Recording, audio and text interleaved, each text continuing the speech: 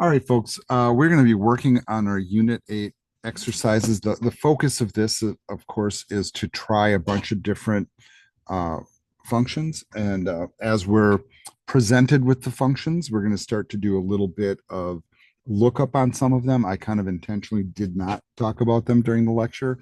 So this will sort of kind of be a little lecture in the mix. And the whole point of it is that you get into that mindset of being able to look stuff up as you need it for the purpose that you need to use it. Um, the instructions in the attached document, which I did open up, match all the ones that you see on the screen here. I just thought it was maybe easier to look at that list.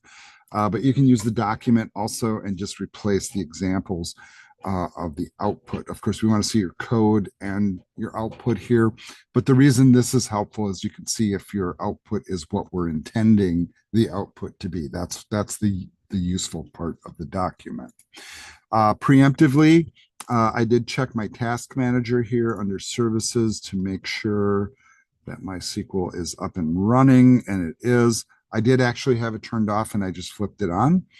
That's my preference. I don't like it running in the background all the time, and we've talked about that many times. We are going to connect to our local instance, and we already have a tile set up for that here.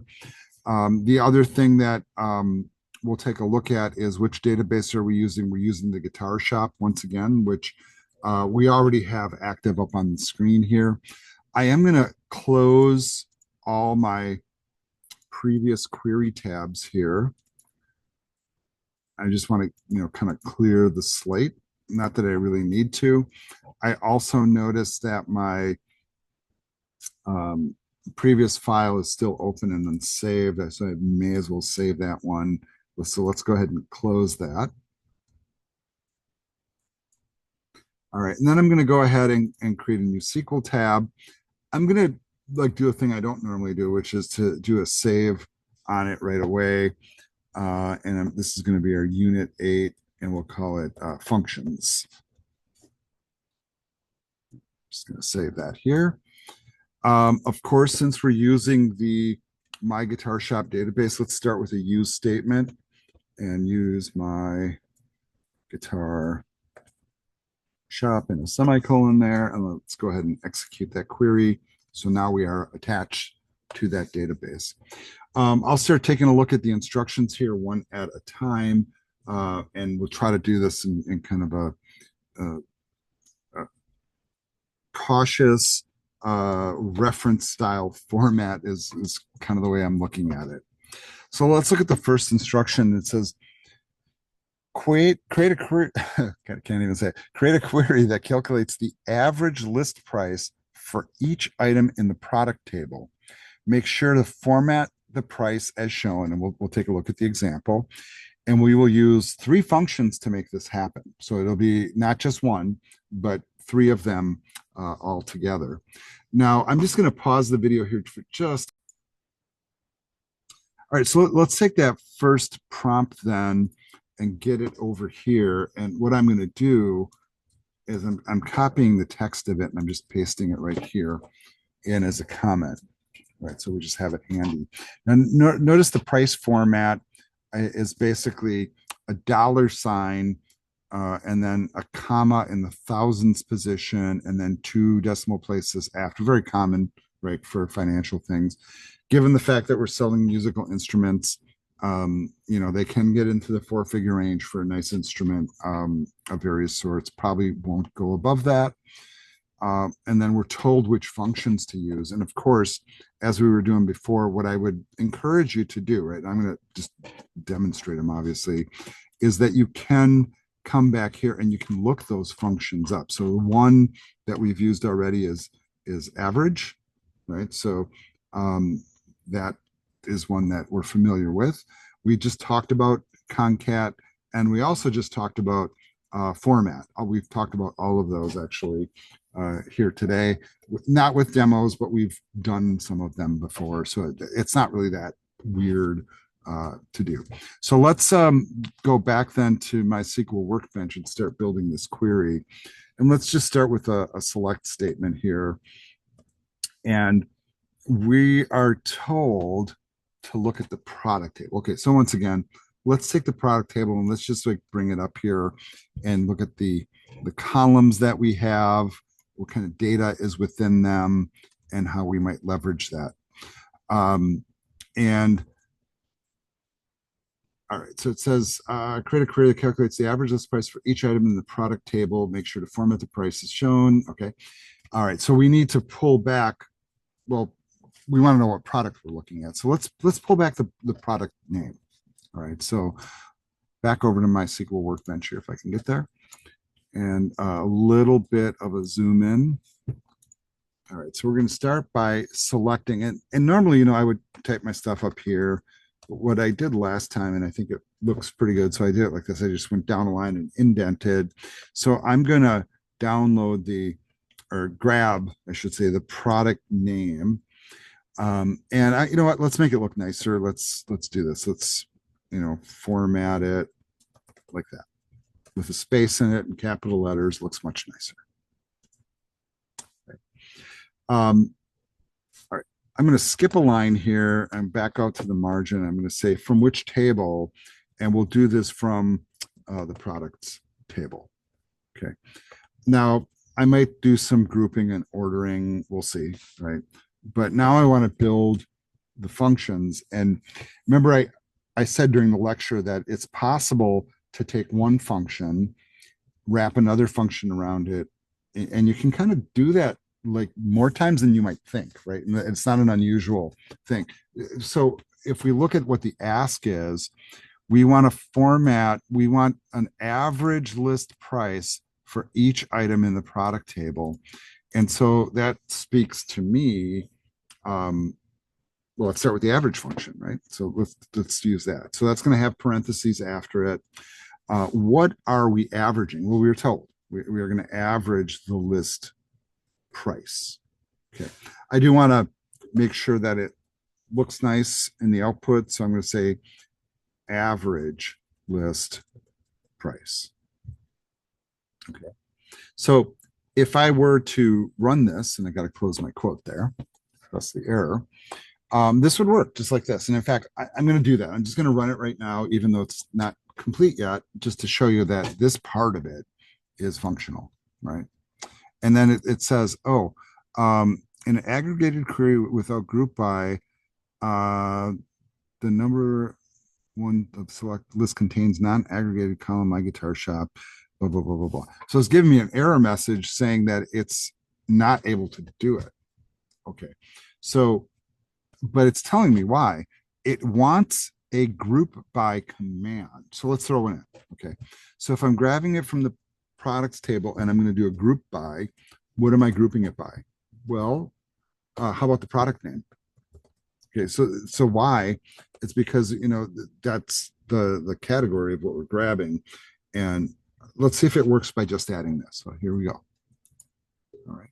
And that did work. Okay. So we have the product name and then the average list price. Okay. Now, it doesn't look great. So this is why we do the formatting command on top of it. Now, generally, when we do a format command, I'm just going to type one down here. Format works like this. What are you formatting and how? Right? And those are basically the parameters of it. Okay, so the what becomes the average list price. So what I would do here is I would add the format function and wrap it around the whole average function, but it does need a command, and we want to format it as money, so 2 decimal places. Now, remember, if I'm not sure how the format command works, I would go looking it up, right? This is strings.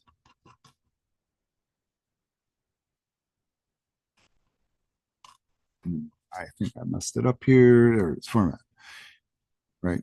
And when we looked at this before, it automatically will add the commas. Great, because we have some stuff that reaches 4 figures, and then we set the number of decimal places. Okay, let's go back and run it and then see how that changes our output. That's the key here. So once again, the selective run. And so there we go. Better, right? So you notice like with the Gibson Les Paul, right? There's a comma now in the price, and we only go to 2 decimal places, right? That's normal for money. Okay. All right. Wouldn't it look even nicer though if we could put a $ in front of it? So in that case, we would run the concat function, right? And once again, we can go look that up, right? And basically it joins strings together. Now here they have hard-coded strings, but it could be a field name, or in one of the positions, it could just be the other functions wrapped inside of each other. It can be one of the positions and then what we want to add to it. So in this case, we would add a $.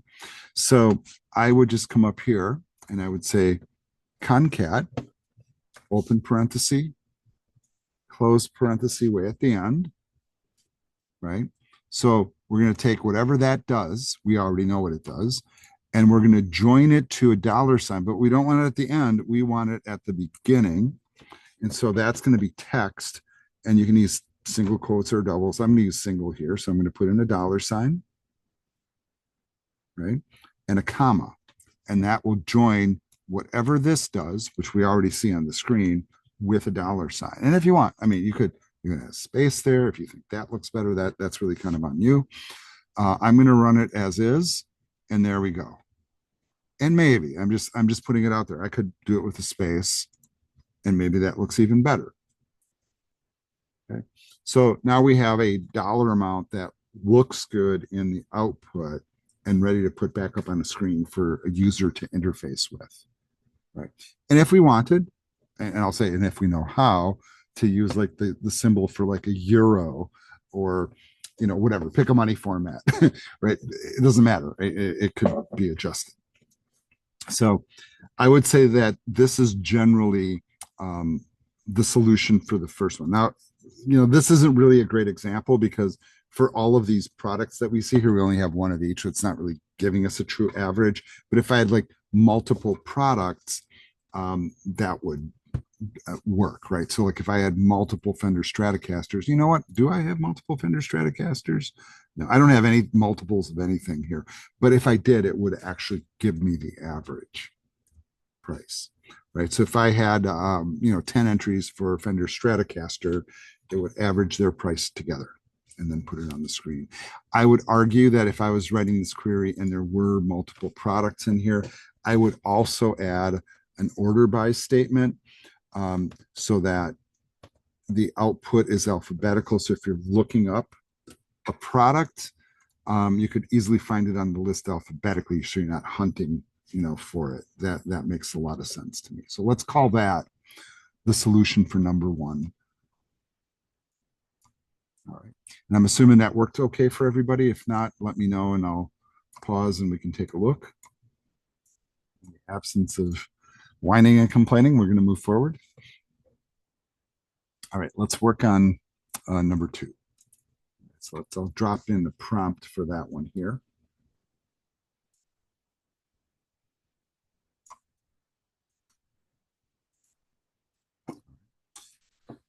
This one tells us to use the locate function to find a specific email, and we're given, you know, what that email is, from email domains from each customer's. Okay, so yeah, so that's not what we're looking for, but it says to find the email domains from each customer's email address, then use the substring function to extract the domain and display it. Now here's kind of multiple issues going on this one. First of all, we haven't used locate yet, and we haven't used substring, so we don't even know what they are, right? So we got to go look them up, research them a little bit, see how they work, and then apply them. And then what the heck is an email domain? Right. So whenever you look at an email address, whatever comes before the @ symbol, that's the username for that email account on that system. The @ symbol is just a way of saying, okay, this is the user at this email system, and this is the domain. technically the 3-letter extension is what we call the top level domain. And that can take many forms, but it's usually a minimum of 2 characters. And it used to be a max of 3 or 4, and now you can kind of do as many as you want. But we would call this the email domain, right? The combination of those two. And that basically refers to a server that has a domain name on the internet. All right, let's look up the 2 functions. So now that we know what a domain is, so let's look up locate. So we'll come back here and we got locate. And all right, so the way that locate works is basically it has parameters. It says basically to locate this within this. Now, once again, these are hard-coded strings.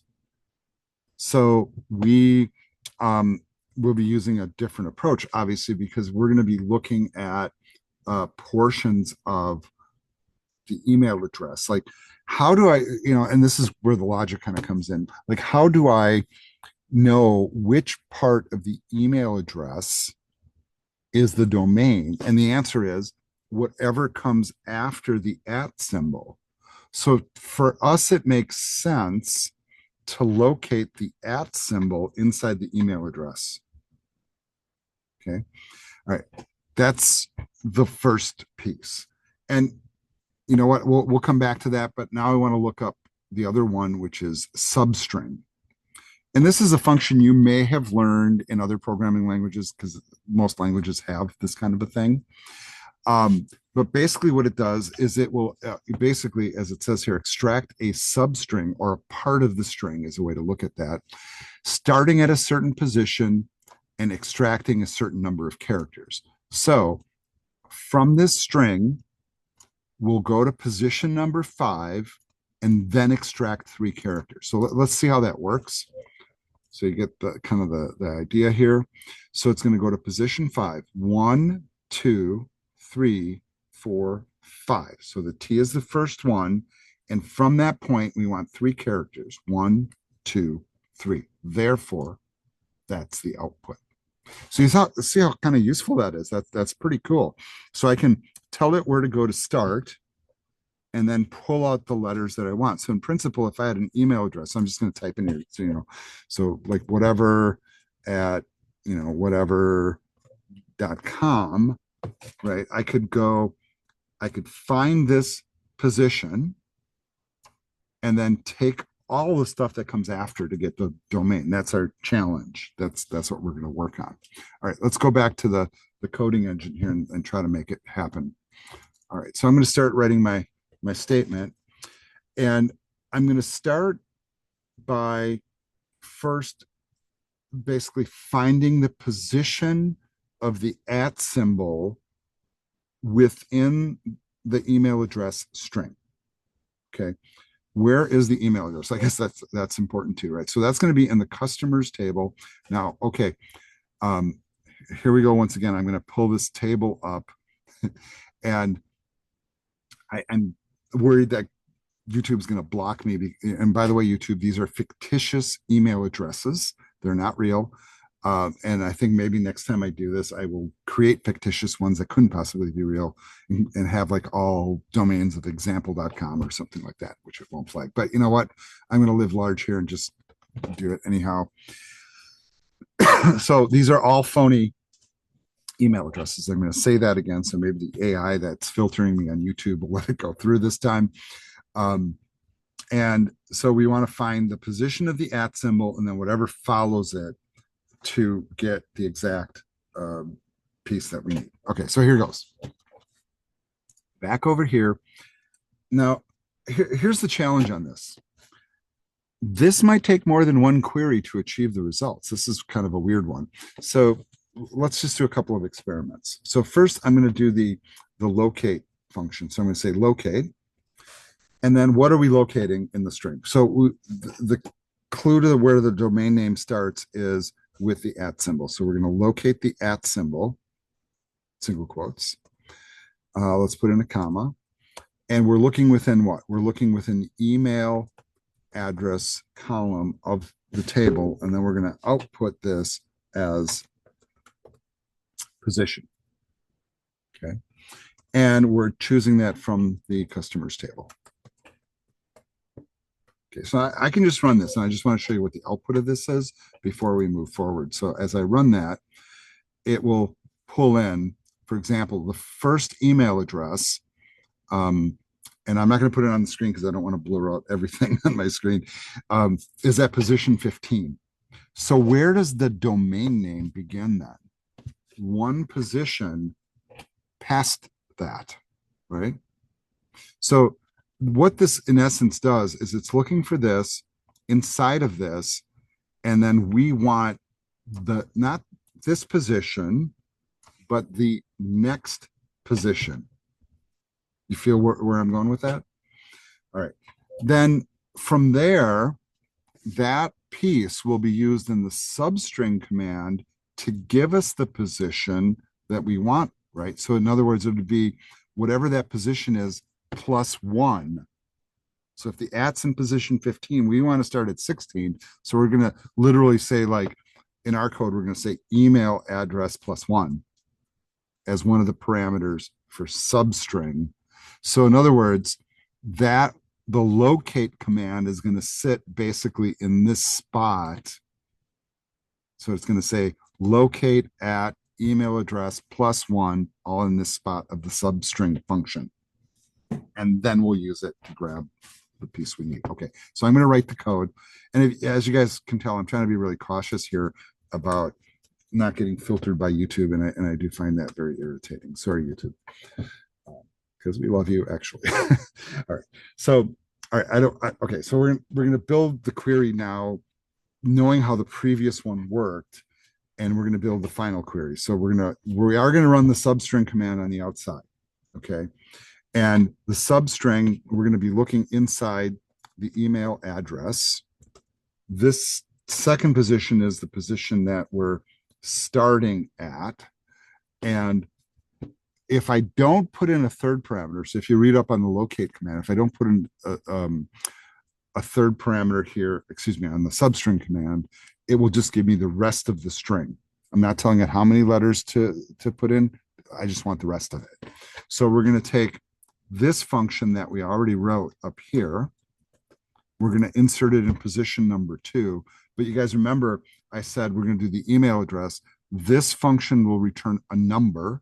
So I'm going to add 1 to that number, plus 1 for position 16. If I only wanted a few positions from the domain, I would put in a number, but I don't. I want the rest of it. So I don't need to put in anything. There's no parameter required if I just want the rest of the string. And then I do want to output it as something more user-friendly, such as email domain. Okay. And then where are we pulling this from? Okay, this all comes from the customers table. Okay.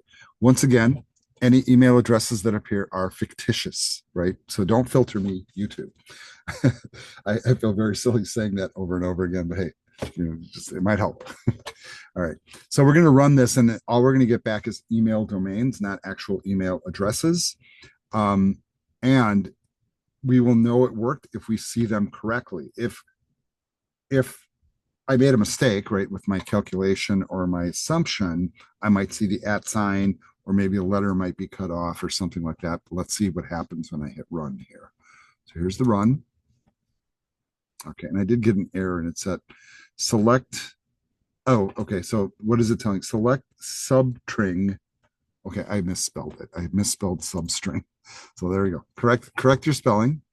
All right, that's better. And you see the auto complete's helping me out now. So let's try running it one more time. There's the run. And now you can see it's pulling back just the domains. Okay, this is pretty helpful, right? So like if they were like, how many of our customers are on Gmail? How many of our customers are on Yahoo? For example, it's there. Now, this is kind of weird, but you notice how it's not aggregating these. So this is maybe the best output, because I'm noticing there's 2 Yahoos and 2 Gmails, right? But it's eliminating the username from it. And then if I wanted, I could wrap another function around it and count each one, that type of thing, or group them or whatever, but I'm going to say that this output, I think, matches what the intent is here, right? Which is just to have those, even if there's repeats. So we're good on number 2. Are you guys all okay? Assuming? All right, I see some nodding, which is good. All right, let's move on to number 3. We're doing fairly good on time here, so we're in no particular rush or hurry, which is wonderful. Kind of nice to be in that mode instead of always being a hurry up catch up mode. So here's the instructions for number 3. It says, create a query that displays the list price, discount percent, the discount amount calculated using the round function and the net sales price. And it tells us that we should be using concat, round, and format functions. All right, so that's quite a bit going on there. So we need to do a little bit of analysis here before we kind of figure out what the next step is. Let's look at the document version of this to see what our desired output is. So we need list price, discount percent, how much is being discounted, and then what the net price is. Okay, so this is okay, there's a lot going on here, more than one of our normal little queries. And so what I suggest in something like this is we deal with each column of output as a separate issue, right? And maybe even to the point of, let's get the one column to work, get the next column to work, and keep building, right? Don't try to write the query all at once, is my advice. Get the first part working and then proceed sequentially. Just a logical way to proceed. All right, so let's start building. And what I'll do here is I'll think about that first statement. So it's like, we want to see first the list price and format it. Okay, so the way that the products are in the table right now, there is a list price. They're already all set to 2 decimal places. So I don't need to round those.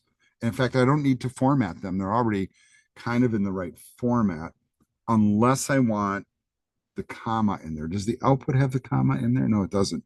So I mean, I could arguably add the format function in there. All right, so you know what? I might. All right, so we'll just kind of worry about that one step at a time. But let's work on that first issue. And I think probably the bigger issue is adding the $sign. So I'm going to just start with the concat command, and I'm just going to add a $sign to the list price, right? And let's label it list price, like that. Okay. I think if you look at the example, they don't have a space in list price, but whatever. I'm doing it my way. Right. I think that looks better. The other thing is I'm putting a comma in because I'm expecting to type more commands, and that's not right now. Let's indicate which table this is coming from. This is coming from the products table. And once again, sometimes I write these select statements and I go to the from statement first, just so I remember what table I'm dealing with or what tables I'm dealing with. So let's just run this piece. And I think this is really a good approach. Do one piece at a time. Okay, that's good. Oh, looks all right.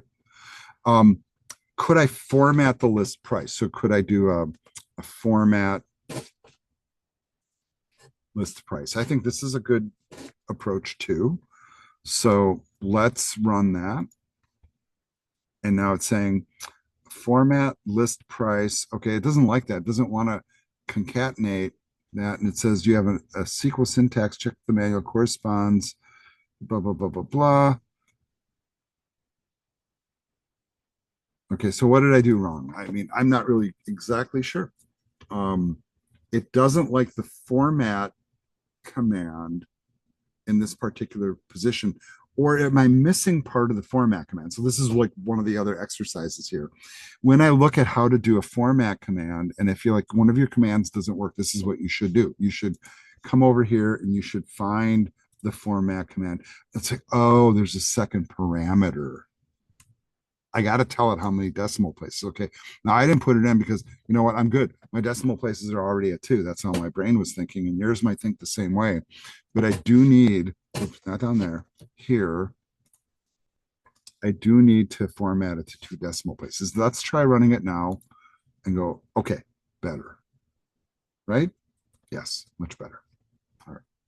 Now let's add the next column. The next column, when I look at the solved version, we have a discount with a percentage. When I look at my products table here, I have a discount percent, and I want you to notice how it's listed. Well, first of all, okay, they're not listing it as a decimal. So really 30% is 0.3. So this is already multiplied by 100, right? So I don't have to do any multiplication. But it also has zeros at the end. As I look through my table, none of them are like, your discount is 30.5%. It's like, it's a whole number. So I don't need those decimal places. So I can format that discount percent. And then I also want to display this with a percent sign at the end. So I'll concatenate the percent sign to the end. So we'll format it to get rid of the decimal places and add a percent sign. So it shouldn't be too hard. All right, so let's try that. Put a comma here because we're doing a new statement. And so on the outer side, I'll do concat, and I'll type that one first, because basically what we're concatenating is the discount percent with a percent sign. Like that. And, all right, let's make it look nice and say, we'll call that discount. We can run it as is to make sure. Okay, right. But now I want to get rid of the decimal places. So in that case, I would format the discount percent itself. So I'm going to wrap the format function here, close it there, but we also need that second parameter. This time, instead of setting it to 2, we're setting it to 0. Make the decimal places go away. We don't need them, right? So here's the run, and there you go. Nice round numbers. Okay, so it's 2 columns out of 4. Moving on to the next column. All right, and what I'm going to do here is I'm going to clear a little space at the bottom. So we'll add another line. The next thing that we want to do is we want to show the discount amount. That looks like that we might have to do some calculations because that's not hard coded into the table. No, it just says the percent and the list price. So if we want to figure out what the actual discount amount or the amount we're reducing the price by, we have to do a little math. We're going to have to multiply the 30%, or really 0.3 times the 699. So for example, if I pull up the calculator, and I always, whenever you're writing code, by the way, even if you're trusting your code to do your math correctly, you should always verify your calculations, calculator, spreadsheet, pen and paper, whatever. Make sure your math is correct. So for example, with the Fender Stratocaster that costs $699, if I multiply that by not 30, but 0.3, that's really 30%. The amount we're discounting is $209.70. So I got to find a way to make that happen in my code. Now, what we haven't talked about a lot, right, is that you can do math. I mean, I guess we just added a 1 to the email domain thing, but we can do math inside of our code. So it's totally doable, right? Just a matter of, formatting the logic around it. The other thing that I'm looking at is what does the output look like? So it's formatted as money. So there's a format and a concat, right? So we're adding a $sign, rounding to 2 decimal places. So all of that's happening too. And okay, here's another concern. If I'm doing a discount percent, so I did this calculation and that number worked out okay, right? But what if I did like, I don't know, like one that seems a little weirder, like this one, like 2517. So let's just do this, 2517 times the discount percent on that one is 0.52. So that works out to pennies also. So I'm looking for one that maybe might be like 0.849 or something, right? And that's not working out that way. But to be cautious, what I would suggest is that you still round it. So we're going to throw the round function in here at the same time. So here comes the third statement then. So I am going to start with a concat. So let's just get that one out of the way because the $sign's kind of a given. So let's just get that in place, right? What are we concatenating it to? Well, a calculation, right? So let's put the calculation together. How do we come up with the discount percent? Well, I was doing it all along. I take the list price and I multiply. So we use the asterisk. We're multiplying it against the discount percent. Okay, so here's an issue though. In the database, the discount percent is represented as a whole number, not as the number it really is, which is 0.3. So then I also have to multiply it to move the decimal places over two positions, but not change the value of the number, which means I multiply it by 1, but in the hundredths position. So I'm multiplying by 0.01. Right? Not sure about that. Check the math. Right? That's how you do it. All right. So that's the calculation. And you know what? Let's give it a column name of discount amount. Okay. Let's see what this outputs. I still want to do some rounding. I might not need to, but or formatting. Let's see. Run that. Okay, yeah, I mean that's not pretty.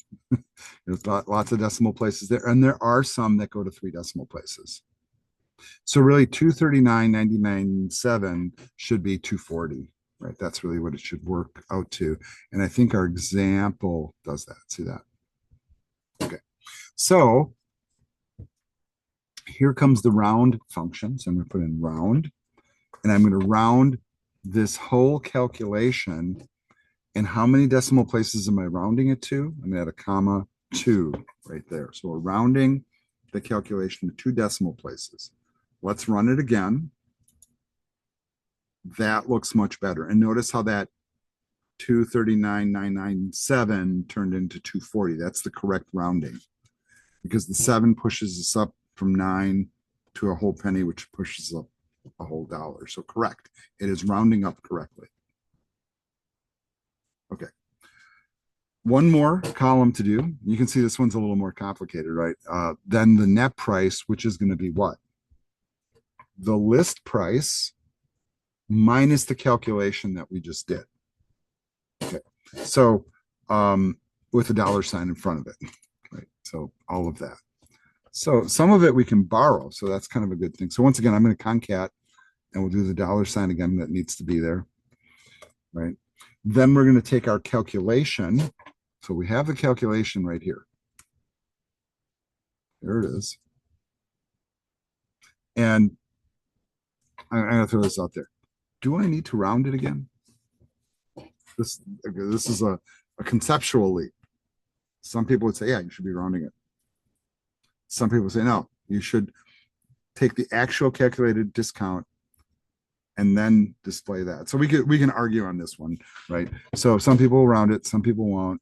I don't think either one is necessarily wrong, but let's take a look at it. But is this the correct calculation? Well, this is the correct calculation for the discount. It doesn't accommodate for the fact that we're going to subtract all of that from the list price. So we're actually going to go list price minus, and that's not the right syntax there, list price minus this calculation. And because this is an entire calculation, I would throw parentheses around it. And yeah, I do think it needs to be rounded. So let's just go ahead and round it, because I don't want to deal with fractions of a penny, in my discount. Probably benefit the seller more than us.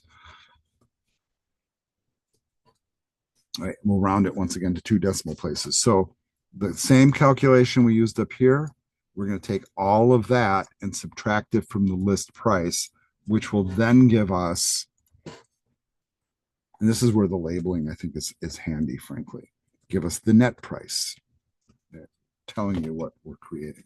So this now would be all 4 columns. And I must be missing, I'm missing a parenthesis. So this is one of the nice things about tools like this, right? So I click on this parenthesis and I see its match. I click on this parenthesis and it's red. There's no match. And I need one at the end. When I put it in and highlight it, I can see which one it matches. Okay, so now I'm good. No more red underline. Here comes the run. And there we go. So now we have the list price formatted, the discount formatted, the discount amount formatted and rounded, and the net price calculated, formatted, rounded, and put it on the screen and relay it, right? And if you compare it to the output of the example, those should match up at this point. I am doing a Control S to save my file so I don't lose my work. Everybody okay? Did anybody have any issues with that one? I know there's a lot going on with this code. More importantly, right? So like, as we're dealing with, I'm having issues with it. Emma, I'll address it in just a second. When we're dealing with issues like this, you notice, like, if you guys have done regular programming before, this is a lot more like regular programming. You got to think about how to make it work right, right? And that's one of the tricks of working with functions. Where do you put them, and etc. I'll pause the video really quick. All right, and the issue that one of my students was having is they didn't have this comma here, so it underlines and then it gives you this error, right? And yeah, so we just needed a comma there, and that fixed it, right? So number 4, here comes that one, right? So now we have, they're throwing a whole bunch of functions at us here, and now I'm worrying that we're not going to have enough time, but we'll see, we'll figure it out, right? So they're saying use the date format, date add, and date diff functions. Write a query that displays all the orders with a valid ship date. Display the following: order ID, order date, approximate ship date, actual ship date, number of days it took to ship, right? And once again, let's look at the example output here. And I'll just give it a couple clicks of zoom, right? So order ID, order date, approx ship date, days to ship. And they want us to use those 3 functions. So you know what? We better go look them up. So let's look those up just to make sure that we're okay. So we have, let's start with date format. So they have that here, date format. Okay. Oh, okay. So it's basically, okay. So it says where, and what's our required output here? So year, month, day. And so maybe a format like that might work, but I think this one just has a Y in it. So it just gives me the year. So I don't want that, right?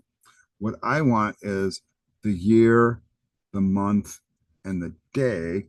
So how would, so I guess I gotta go back here and all right, so we figured out how year works, right? And then we want the month, and then we want the day. So it's like, okay, can I just go %M, %D? Let's try that. Let's try it with the example tool here. So, and then where do I put that? Do I put it inside the quotes, right? So this is where you're experimenting a little bit. %M, %D. Let's run that.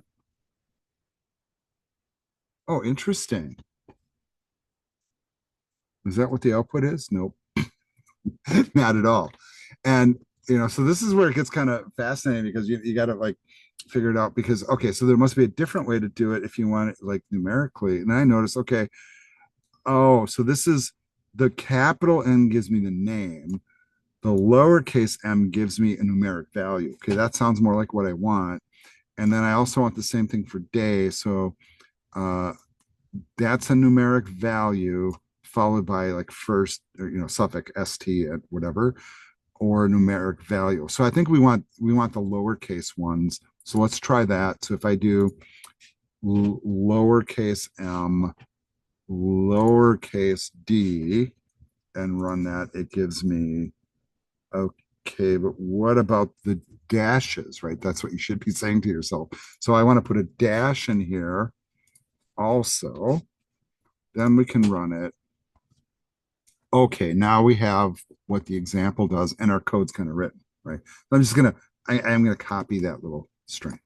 Okay, so this is another reason why this is a handy reference. You can play with it, see what it does, and then go to your code and get it in there.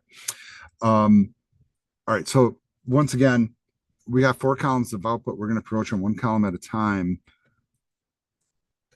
All right, so we're gonna do our select statement. where are we selecting from? So I'm going to do my from statement right away.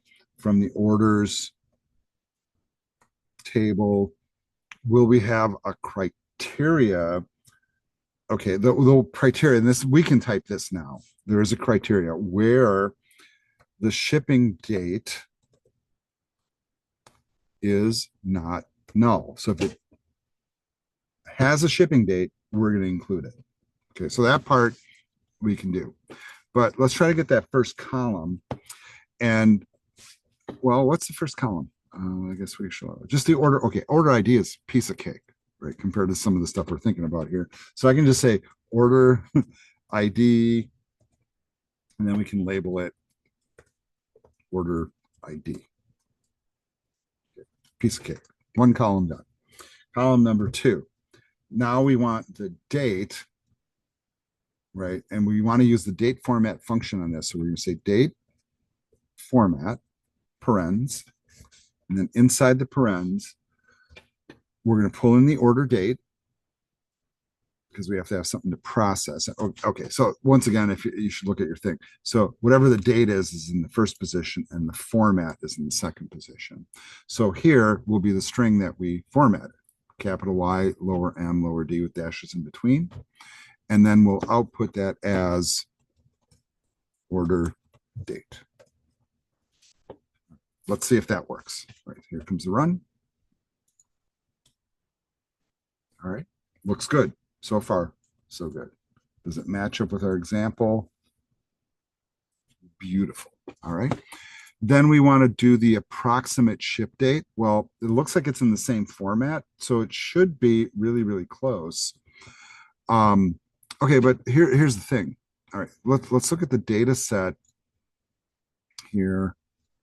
Where's the shipping information? Well, this is coming from the orders table, right? So if I look at the orders table, it has as a ship date. Okay, does it say anything in the instructions here? Display the approximate ship date, the actual ship date, and the number of days it took to ship. Okay. Now I'm getting a little confused, and here's the why, because now we have to make a little bit of an intellectual leap. So I'm looking at this output here to figure out like how I have to calculate this, because so they ordered on this day and they shipped 2 days later, 2 days later, 2 days later. I can't really tell, but I'm guessing 2 days later, 2 days later, 2 days, right? It's always 2 days later. Okay, so that's what it is. And so then we can look also at the orders table, and it actually, I think, has a ship amount and the actual shipping date, which looks like in this case it went out sooner. Okay, so this is kind of a weird one.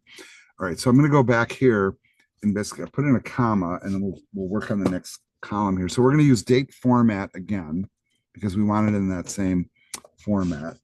What are we formatting? Well, we're going to format the order date. So I'm just going to copy that from here. All right. And you know what?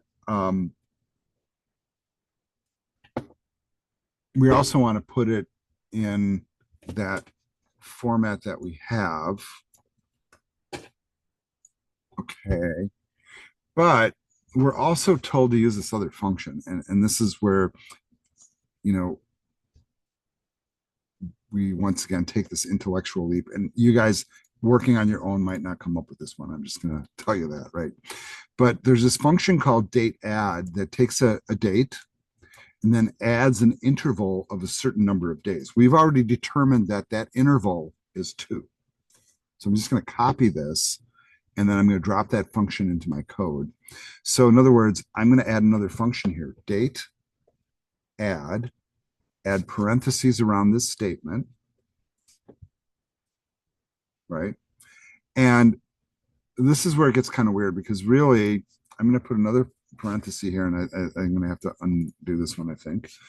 And I want to put the interval here. So they just did it as interval 10 day, but I want to make it 2 day, not 12, 2, right? And then I still want to add the year, month, day thing, but that becomes a second parameter inside of date format this way. So this is really kind of a goofy syntax, but that's my syntax on this. And I do want to alias it. And the way that they did it in the example was abbreviated, but we can say approx ship date. Let's run it. And there you go. So all of these with 2 days added, and I'm looking. Yeah, that's all correct. All right. Another column here. Looking once again at the example. The actual ship date, that's hard coded, right? So we just have to pull it in, date format it, and put it on the screen. Piece of cake, right? There's a comma, so we'll do date format. What are we pulling in? The ship date. It's already in there. And then we're going to format it just like we've been doing, right? Yep. Oops, forgot my closing double quote there. And then we'll call it ship date. And you know, I could argue you should say actual ship date. And let's run it. So sometimes we match that approximate ship date. So if you think about this, you guys go to a website and it says, okay, when's it shipping? It'll ship tomorrow. You'll have it Friday, right? Like Amazon does. So that's kind of what this is about. Another function they're asking us to look at is date difference. And when we look at the output here, what we're looking for is the difference in the basically the expected ship date and the actual number of days it took to ship, right? And that's just once again calculation. But what they're telling us is that there's actually a function called date difference, right? That, okay, so I have 2 dates here that are 10 days apart. So if I run this, it tells me that the difference between those 2 dates is 10 days. So we'll use that function in our code. So I'm going to add that here. And we're just going to say date diff, right? There's no underscore in that one. And we're looking for the difference between the ship date and the order date. I think that's what I said before, but that's what the code I wrote last time. And then we'll call that output days to ship. All right. And this only, remember, it runs on things that were actually shipped. So if we run that, here's our output. And now we have output that looks like our example. We are unfortunately out of time here, folks. And the next piece of this is exercise number 5, which is about writing regular expressions. And we will do the solution for this one next time. I'm going to put in the prompt right now and record it in. Right, so here's the prompt on this. And you know what? I'll tell you what. My next class doesn't start for 20 minutes. I'm going to keep rolling. If you guys need to go, go. Otherwise, I'll just record in the solution. It'll be easier than trying to repost it back in. Now, this one's a little more complicated once again, because now, once again, we're using functions that we have used a little bit, right? Locate and substring. We did that already. And it says to extract the domain name from the email address. Now you do something similar with the administrators table. However, you use the regular expression substring and regular expression instra functions to display the email address, username, and domain name. And what we're looking for here is output that looks like this, right? Once again, email addresses on the screen are fictitious. They're not real. So YouTube, please don't filter them.